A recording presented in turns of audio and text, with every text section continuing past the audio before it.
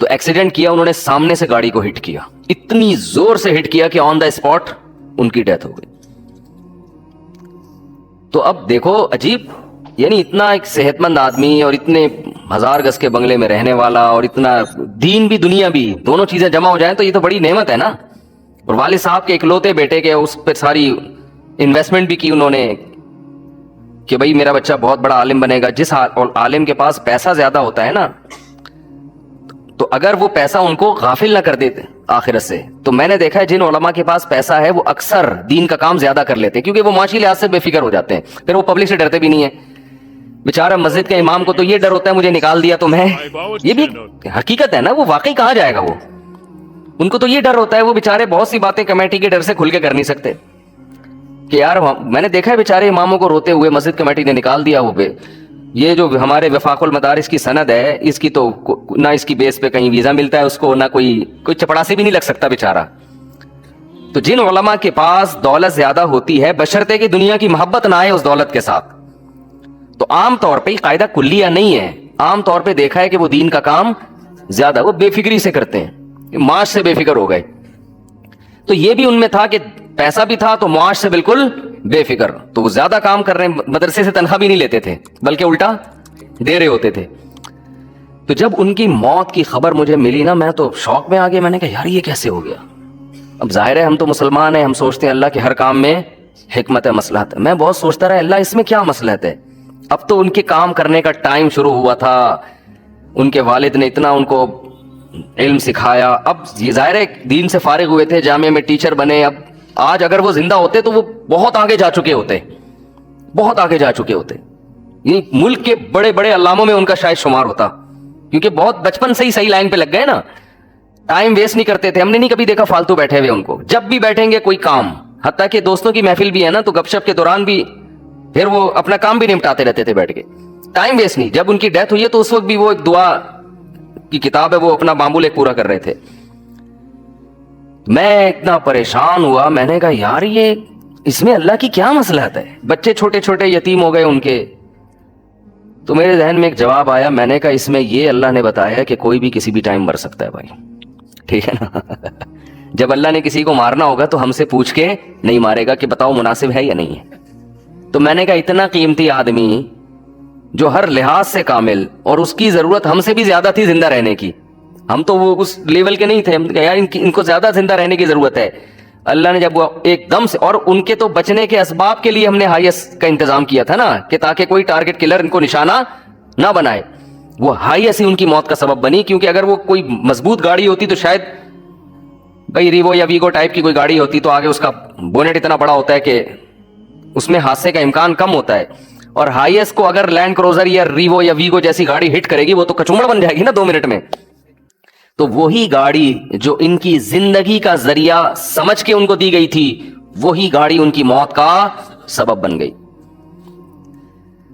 تو ہم نے بھی اتنی موتیں دیکھی, آپ نے بھی دیکھی ہوں گی بھائی. کوئی بھی کسی بھی ٹائم پہ اس دنیا سے جا سکتا ہے.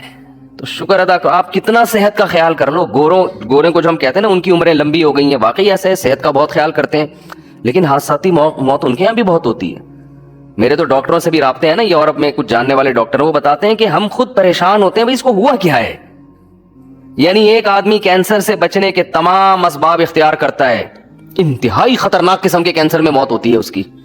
میں نے کینسر اسپیشلسٹ سے پوچھا, میں نے کہا بھائی جب کینسر سے بچنے کے تمام اسباب ایک آدمی اختیار کر رہا ہے, نہ وہ سگریٹ پی رہا ہے, نہ وہ کچھ اور کر رہا ہے, کوئی ایسا کام جو کینسر کا ذریعہ ہے, پھر کیسے ہو گیا؟ انہوں نے کہا کچھ پتہ نہیں ہوتا, ہوا سے کوئی جرثومہ اٹھ کے اندر چلا جائے. کب تک کیسے بچے گا آدمی؟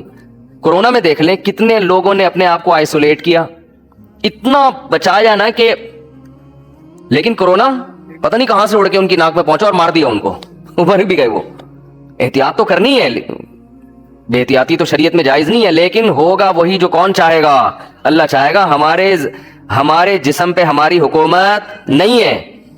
تو انہوں نے بیان میں فرمایا کہ کینسر ہوا, اتنا خطرناک ہڈیوں کا ڈھانچہ بن گیا وہ آدمی, اس کو یقین ہو گیا کہ میں دنیا سے جانے والا ہوں, کوئی کچھ نہیں کر سکتا. سب کو بلا کے معافی مانگی, توبہ کی, اور اللہ نے اچھی موت دی. تبھی تو علماء یہ کہتے ہیں, اور یہ حدیث سے استدلال کیا ہے, کہ وہ نعمت جو آپ کو اللہ سے دور کر دے وہ نعمت نہیں بلکہ عذاب ہے. اور وہ مصیبت جو آپ کو اللہ کے قریب کر دے وہ مصیبت نہیں بلکہ نعمت ہے. اب دیکھو مرنا تو سب نہیں ہے, وہ اگر اسی خوشحالی والی زندگی میں مر جاتے مرتد ہو کے مرتے جو ان کے حالات چل رہے تھے, ٹینشن میں مرے تو توبہ کی اللہ نے توفیق دے دی. ہمارے ایک دوست نے واقعہ بتایا, یہ بڑا اوتھینٹک واقعہ ہے کہ ایک کرسچن تھا, عیسائی تھا, اس کی جب موت کا وقت آیا نا, ادھر ہی کراچی کا بڑا تاجر تھا وہ, اس کی موت کا وقت آیا, ایمان نہیں ہے نا تو اب دیکھو پریشانی میں بھی اس کو صحیح گائیڈنس نہیں مل رہی ہے کہ مجھے کیا کرنا ہے. موت کا وقت آیا, جب ڈاکٹروں نے موت کا وقت کا مطلب ڈاکٹروں نے بتا دیا کہ آپ اب زیادہ عرصہ زندہ نہیں رہو گے, تو اس نے کیا کیا, اپنی زندگی میں اپنے دوست جو تاجر تھے نا ان کو جمع کیا اور ان کو یہ کہا کہ میرے لیے نا بہت بڑا لگژری قسم کا بنگلہ خریدو ڈیفینس میں, سمجھ رہے, میں چاہتا ہوں کہ میری موت اس بنگلے میں ہو, میرا جنازہ وہاں سے اٹھے. کیوں بھائی, اب خیریت, دنیا کی محبت کی آپ کو مثال دے رہا ہوں کہ کہاں تک انسان کو لے کے جاتی ہے. ہم تو کہہ رہے ہیں زندہ بھی ہو تو بنگلوں میں دل نہ لگاؤ, کل مر سکتے ہیں, آج مر سکتے ہیں, اور نہیں بھی مرے تو 20-30 سال کا ٹھک ٹھک کر کے تو ٹائم گزرتا ہے بھائی, اتنا ٹائم تھوڑی ہے اس میں. تو وہ کہنے لگا کہ وہ جو عیسائی تھا کہنے لگا کہ میرے ساتھ کے ٹکے ٹکے کے تاجر انہوں نے بنگلے بنا لیے, تو میں ان کو دکھانے کے لیے کہ میں تم سے کم نہیں ہوں, ایسا میری پوری جو جائیداد ہے نا اسے بیچ کے اتنا بڑا بنگلہ ہونا چاہیے, ایسا لگژری ہونا چاہیے کہ میرا جنازہ اٹھے. تو یہ تو ٹکے ٹکے, اس کے الفاظ ہیں یہ, ٹکے ٹکے کے تاجر جو ہے نا جو میرے سے بہت پیچھے اور بڑے بڑے بنگلوں میں فخر کر رہے ہیں, تو میں چاہتا ہوں میری جنازہ اٹھے ایسے بنگلے سے. چونکہ ایمان نہیں ہے, گائیڈنس نہیں ہے, اس کو پتا نہیں ہے کہ صحیح کیا ہے اور غلط کیا. او بھائی تو جو اپنے تاجروں کو نیچا دکھا کے تجھے ملے گا کیا؟ مر گئے تو مرنے کے بعد تو کوئی آپ کی تعریف کرے یا کوئی آپ کی برائی کرے, آپ کی صحت پہ کیا اثر پڑے گا؟ تو شکر ادا کرو اللہ نے ہمیں اسلام دیا ہے. ٹینشن آتی ہے تو ہمیں پتہ تو چلتا ہے کس سے جا کے فریاد کرنی ہے, کس کو ہم نے منانا ہے. یہ مصیبت دینے والا کون ہے, مصیبت ہم سے دور کرنے والا کون ہے؟ جس نے مصیبت دی ہے اس نے بتایا کہ اس میں بھی تمہارا فائدہ ہے. یہ اللہ کی بہت بڑی نعمت ہے. دیکھو جتنی بدحالی کا شکار دنیا میں مسلمان ہے نا, اتنا بدحال دنیا میں کوئی نہیں ہے. لیکن ڈپریشن کے مریض سب سے کم آپ کو مسلمانوں میں نظر آئیں گے, سب سے کم. وجہ کیا ہے بھائی؟ اللہ ہے, اللہ ہے. کوئی دیکھ رہا ہے, کوئی خود بخود نہیں ہو رہا سب کچھ. تو جو مذہب سے جتنا قریب ہوگا نا ٹینشن سے اتنا دور ہوگا. تو فرعون کو, حامان کو دنیا کی ظاہری حالت دیکھ کر یہ خیال گزرا کہ ہم ہمیشہ اسی طرح رہیں گے. جوان آدمی یہ سمجھتا ہے میں ہمیشہ اسی طرح رہوں گا, خوبصورت یہ سمجھتا ہے میں ہمیشہ ایسا ہی رہوں گا, دولت مند سمجھتا ہے میں ہمیشہ ایسے ہی رہوں گا. بھائی یہ تھوڑے دن میں ٹائم ختم. اور جب آپ کا ٹائم آئے گا نا, پڑے ہوئے ہوگے بستر پہ اور قسم پرسی کی زندگی گزار رہے ہوگے, تو آپ کو اور مجھے عبرت ہوگی, لیکن ہمیں دیکھ کے دوسرے کو پھر بھی عبرت نہیں ہوگی. سمجھ رہے ہیں؟ ہمیں تو عبرت ہو جائے گی یار ہم کیا کرتے رہے, ٹھیک ہے نا, جہاں تو کہیں اور رہے ہیں, تیاری ہم نے کہیں اور کے لیے کی. نظر سوئے دنیا, قدم سوئے مرقد. کہاں جا رہا ہے, کدھر دیکھتا ہے. قدم ہے قبرستان کی طرف, دل لگا رہا ہے بحریہ ٹاؤن کے پلاٹوں میں. ابے بحریہ کے قبرستان میں ہی دل لگا لے تو, کیوں وہ تو یقینی ہے نا, بحریہ ٹاؤن جو بھی جائے گا بالآخر وہاں کے قبرستان میں تو جائے گا. تو وہاں کا کی طرف توجہ ہی نہیں ہے. تو شاعر نے کہا ہے, مرقد کہتے ہیں قبر کو, نظر سوئے دنیا قدم سوئے مرقد. تیری نظر دنیا کی طرف ہے, چل کے کہاں جا رہا ہے, قبر کی طرف. کہاں جا رہا ہے, کدھر دیکھ رہا ہے. ایک آدمی کے سامنے گٹر کا ڈھکن کھلا ہوا ہو اور وہ پیچھے دیکھ کے جا رہا ہو, تو اگلا کہے گا بھائی جدھر کو جا رہا ہے دیکھ بھی تو ادھر ہی کو نا. یا تو ادھر ہی جانا شروع کر دے جہاں کو تو جا رہا ہے. دیکھ پیچھے رہا ہے بلڈنگوں کی طرف نا, خوبصورت بلڈنگ ہے یار زبردست, اور ادھر کو چلتا ہوا جا رہا ہے, آگے گٹر کھلا ہوا ہے. کہہ رہے یار, لوگ کہہ رہے ہیں گٹر دے, کہہ رہے گٹر وٹر یہ مولوی دکیانوس قسم کے لوگوں کی باتیں, آگے گٹر کھلا ہوا ہے, ڈھکن کھلا ہوا ہے, ادھر گرے گا. یہ پرانے, دیکھ کیا لگژری اسٹائل ہے بحریہ ٹاؤن کا یار, وہ دیکھ کیا خوبصورت بلڈنگ, ابے وہ دیکھ یار گاڑی دیکھ, وہ دیکھ بنگلہ دیکھ. تو بھائی تو پھر جا بھی ادھر ہی کو, اپنا رخ چینج کر لے. جب وہ رخ چینج کرنا آپ کے بس میں نہیں ہے, تو جدھر جا رہے ہو نا, جب بھی کوئی کہے نا وہ پیچھے مڑ کے دیکھ بحریہ ٹاؤن, بولا آگے گٹر ہے, اتنا دیکھ کہ آگے وہ افورڈ کر سکے. تو جب بھی آیا نا کہ یار یہ بنگلے یہ گاڑیاں, ابے آگے قبر ہے, ٹھیک ہے نا, جا کہا رہا ہوں. کوئی 40 سال کا ہو گیا, 50 سال کا, 15 سال رہ گئے, 10 سال رہ گئے, اور یہ بھی نہیں پتا ہے. گٹر میں تو پتا ہوتا ہے 3 فٹ کے بعد جا کے گروں گا, حقیقت ہے. تھوڑا احتیاط کرتا ہے, چلو جب قریب پہنچیں گے تو دیکھ لیں گے, لیکن وہاں تو پہلے سے ہی دیکھ رہا ہوتا ہے. تو قبر کا بھائی کچھ نہیں پتا کہ 10 سال لگیں گے, 20 سال لگیں گے, 15 سال لگیں گے, یا کل انا للہ ہو جائے, کچھ پتا. ابھی آج جنازہ آیا دولہا کا, ولیمہ تھا, ایک رات زوجہ کے ساتھ گزاری, ولیمہ جس دن تھا ہارٹ اٹیک سے انتقال ہو گیا. تو کتنا یہ ہوتا ہے. اور یہ تو پھر بھی ایک رات گزاری. میں ایسے دولہا کو جانتا ہوں, ہمارے جاننے والے تھے, دولہا بیوٹی پارلر جا رہا تھا, جس دن نکاح تھا نا اس کا, بارات بیٹھی ہوئی ہے شادی میں, اور وہ بیوٹی پارلر جا رہا ہے بائک پہ اپنے دوست کے ساتھ, کسی کراچی میں, یہ پیٹرول پمپ کے قریب نا, یہ جو نازم آباد پیٹرول پمپ نہیں ہے, یہاں کیا ہوا ہے کہ ایک بائک سلپ ہوئی ہے, پیچھے مزدہ والا سر کچل کے چلا گیا. کیا گزری ہوگی والدین پر, یار ہمارا بیٹا جس کی شادی ہو رہی ہے, دولہا بنا ہوا ہے, دلہن پہ کیا گزری ہوگی, وہ اس کی پچ کا وسر آ رہا ہے. تو یہ سب اللہ بچائے ہم سب کو عافیت میں, اللہ سے عافیت مانگنی چاہیے.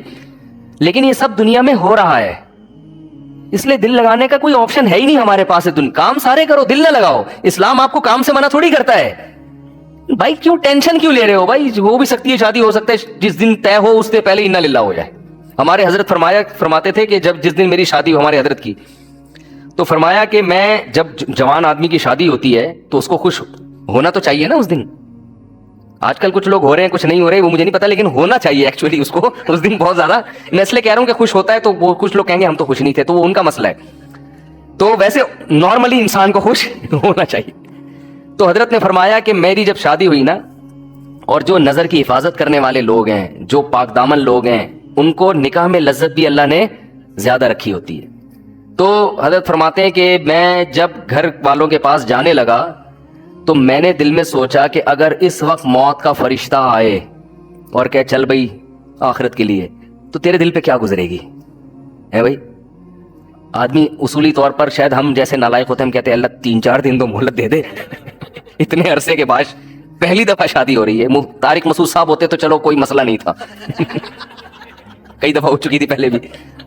ارادہ بھی ایک کا ہو, حضرت کا تو ایک ہی کا ارادہ تھا, ایک ہی کی انہوں نے, وہ تو دوسری کے, وہ تو کہتے تھے یہ جس نے کوئی غم نہ ہو, جیسے کہتے ہیں نا بکری پال لے. تو کیا حالت ہوگی. اور پاک دامن, اور ہمارے حضرت کی صحت بھی بڑی زبردست تھی. میرے شیخ حضرت مفتی رشید احمد صاحب رحمہ اللہ تعالیٰ لدھیانہ کے, پنجاب کے تھے, سب سنوبر کے تنے جیسا ان کا قد تھا ماشاءاللہ, بہت زبردست صحت حضرت کے. جب بھی کئی واقعات ہیں حضرت کے, جب بھی تو نہیں کہہ سکتا, واقعات ہیں انوار الرشید میں جو ان کی کتاب ہے اس میں لکھے ہوئے ہیں کہ کلائیاں توڑی ہیں پھڈوں کے دوران, ٹھیک ہے نا, پہلوانوں کی کلائیاں توڑی ہیں, تھے دبلے پتلے.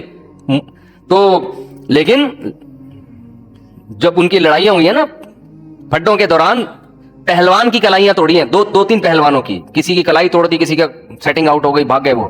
تو بہت زبردست فائٹ کرنا جانتے تھے, بڑی خاندانی صحت رکھی ہوئی تھی. تو صحت مند آدمی وہ تو ظاہر ہے اور زیادہ اس کو نکاح میں رغبت ہوتی ہے. تو حضرت فرماتے ہیں میں نے اپنا محاسبہ کیا. وہ ہر وقت نا اپنے آپ کو چیک کرتے تھے یہ بڑے لوگ کہ ہم آخرت سے غافل تو نہیں ہو رہے کہیں. یعنی ہر وقت چیک, دنیا کی نعمتیں تو ساری رکھنی ہیں, لیکن آخرت کو ہمیشہ دنیا پہ ترجیح. بھائی تیار ہر وقت موت کے لیے. تو میں اور آپ ہوتے ہیں, ہم کہتے ہیں اللہ 6 مہینے کی مہلت دے دے, 10 مہینے کی مہلت دے دے.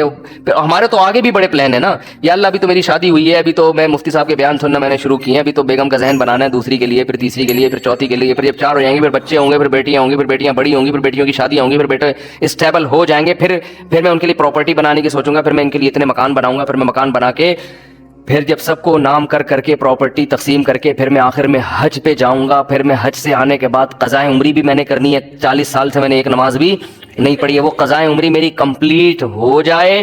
اس کے کمپلیٹ ہونے کے بعد بھی سوچ رہا تھا ابھی مرنا مناسب رہے گا کہ نہیں رہے گا.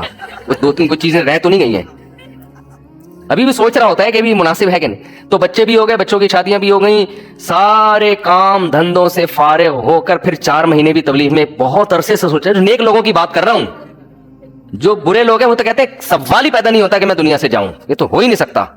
جو نیک ہے پرہیزگار ہیں ان کی بات. پھر آخر میں یار ہم 4 مہینے بھی تبلیغ میں, ہم نے کب سے سوچا ہوا تھا جب سب کاموں سے فارغ ہوں گے تو حج کیا, پھر 4 مہینے کے لیے تبلیغ میں جا کے فارغ ہو کر آئے. پھر اللہ, پھر اگر فرشتہ آ جائے تو مجھے شاید کوئی اعتراض نہ ہو. یہ بہت نیک آدمی کی بات کر رہا ہوں. تھوڑا سا بھی ہوگا کہ پھر بھی نہیں, صحیح ہے نا, پھر بھی نہیں. تو ہم میں سے ہر شخص نے یہی پلان کیا ہوا ہے. 4 کا شاید نہیں کیا ہوا, لیکن 1 میں ہی کہ بچے ہوں گے, پھر بیٹیوں کی شادی ہو جائیں گی, پھر حالانکہ بچے بھی ایک آدھ ہو رہے ہیں کہ کیا پلان کرنا ہے یار ان 2 بچوں کے لیے. تو نے چھوڑ دے ان کو یار, چھوڑ دے ان کو, خود ہی پل جائیں گے. پلان کرنے کے لیے بچے تو ہو یار, مزہ تو آئے یار.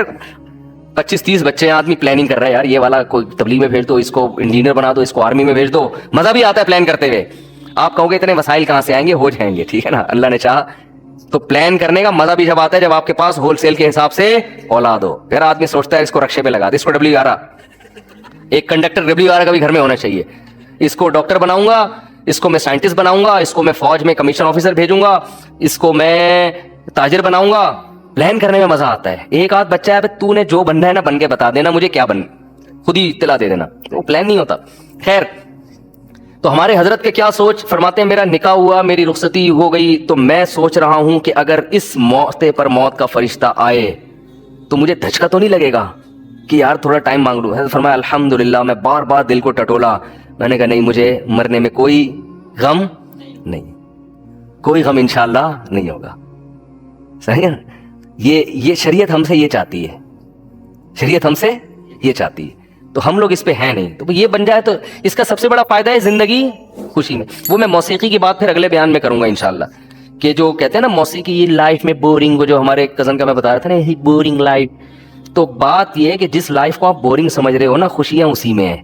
اور جس لائف کو آپ سمجھ رہے ہو نا انٹرٹینمنٹ, وہ ایسے انٹرٹینمنٹ ہے جیسے چرسی کو, ہیروئن کو چرس پیتے میں مزہ آتا ہے, بس وہ چرس کے دوران ہی آتا ہے, اس کے بعد پھر ختم, پھر وہ زیادہ ڈپریشن میں جاتا ہے. چرسی, آپ کو پتا ہے جو لوگ چائے نہیں پیتے ان کو غصہ کم آتا ہے, چائے پینے والوں کو زیادہ. میں بھی پیتا ہوں چائے, عادت پڑی ہوئی ہے, لیکن کوئی بہت زیادہ یعنی بہت زیادہ فرق نہیں ہے. چائے تو سب سے کم درجے کا ہے نا, کیفین. نہ پیو تو اچھا ہے, پی رہے ہو تو میں نے 2-3 ڈاکٹر سے کہا, انہوں نے کہا یار سٹا نہیں لگا رہے, چرس نہیں پی رہے, تو چلو یار اتنا مارکیٹ میں چلتا ہے. اور مجھے چائے کی عادت لوگوں نے ڈالی ہے. For more videos, please subscribe our channel.